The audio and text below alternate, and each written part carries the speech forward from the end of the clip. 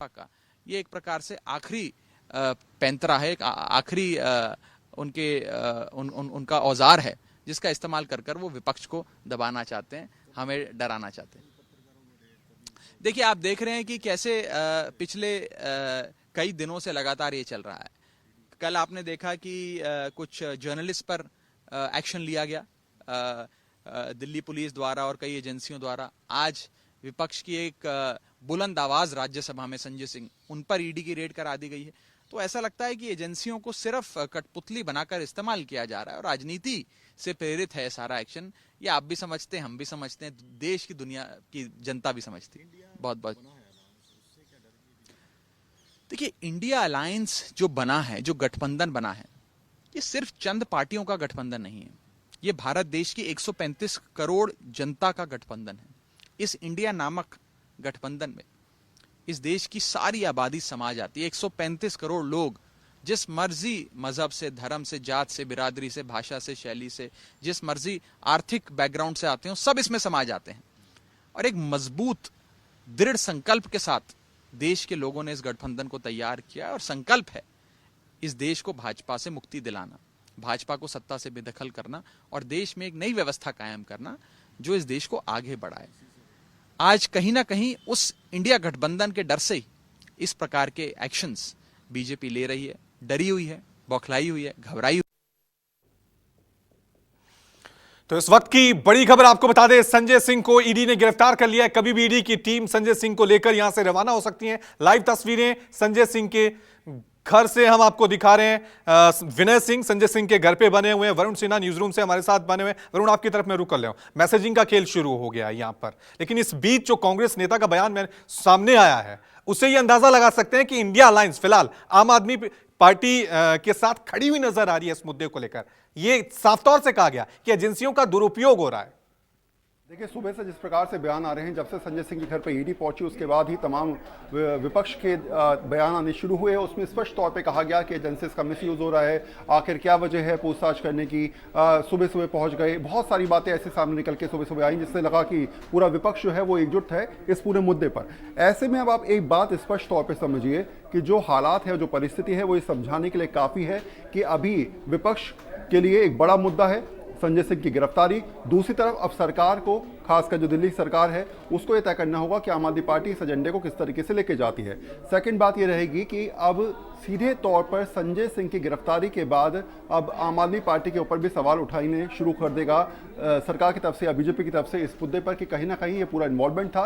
जिसके बाद मनीष सिसोदिया, संजय सिंह गिरफ्तार हुए और शायद ईडी की जो जांच बढ़ी है वो जांच इस तरीके से आगे बढ़ी है जो एक दिशा ले रही है। शायद बीजेपी के तमाम नेताओं के वक्तव्य जो आपने सुने वो एक दिशा देते हुए नजर आ रहे हैं कि जांच हुई, जांच के बाद ये तय किया गया, तय के बाद ये हुआ कि इनको गिरफ्तार किया जाए। तो बहुत स्पष्ट है कि एक तरफ सरकार की तरफ से ये समझाने का प्रयास किया जाएगा कि जांच एजेंसीज अपनी स्वतः ही जांच करी हैं जिसमें तमाम मामले सामने निकल के आ रहे हैं, और दूसरी तरफ विपक्ष ये समझाने का प्रयास करेगा कि जो परिस्थितियां नजर आ रही है उसमें कहीं कहीं ये लगता है कि दुरुपयोग किया जा रहा है एजेंसीज का। जी ठीक है, एक बार फिर रुक लेते हैं। विनय, आपके पास कोई अपडेट, कोई हलचल वहां पे? अगर उनकी गाड़ी में जाएंगे तो गाड़ी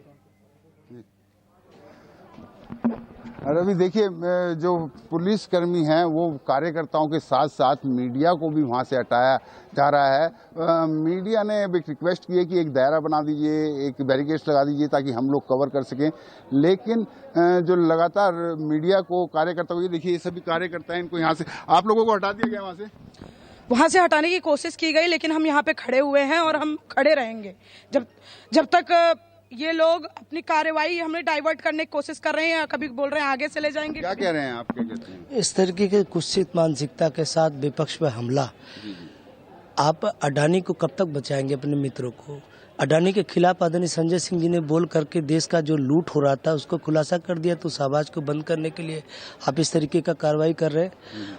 चूंकि अरविंद केजरीवाल जी का एक मॉडल जो है शिक्षा, चिकित्सा, बिजली, पानी का आपके लिए चुनौती हो गया 2024 में, तो उस सरकार को बंद करने के लिए, उस सरकार के नेताओं को जो कभी पार्लियामेंट के मेंबर हैं, वो कभी विधानसभा के सदस्य नहीं, मंत्रिमंडल के सदस्य नहीं, उनको कहते हो कि निर्णय की प्रक्रिया में भागीदार नहीं है, कहते हो जी निर्णय प्रक्रिया में भागीदार थे।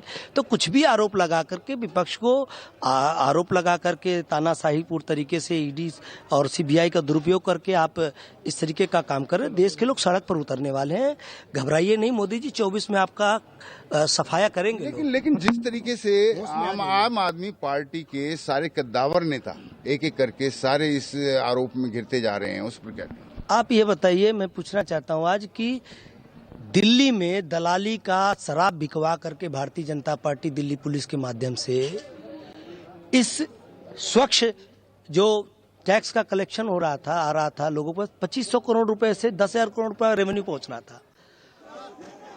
देखिए, जिस प्रकार से ये चीजें चल रही हैं, देश में अनडिक्लेयर्ड इमरजेंसी है, इमरजेंसी का आगाज हो चुका है।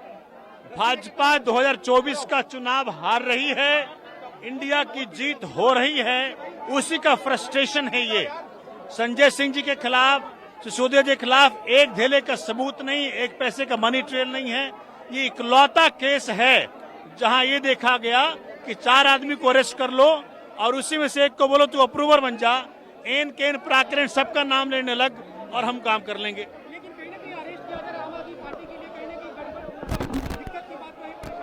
देखिए, परेशानी की बात कुछ नहीं है, हमारा जीवन संघर्ष से हुआ, संघर्ष करेंगे, सड़क पे भी करेंगे, कोर्ट में भी करेंगे, पार्लियामेंट में भी करेंगे, संघर्ष करते रहेंगे। ये वही शख्स याद रखिएगा जिसने कि भाजपा के नाक में दम कर दिया, जिसने कि मणिपुर के ऊपर माननीय मोदी सवाल पूछा, औरतों को नग्न घुमाया गया मणिपुर के अंदर, वो सवाल का जवाब नहीं दे पाए। रुक करते हैं विनय सिंह का। विनय, ओवर टू यू।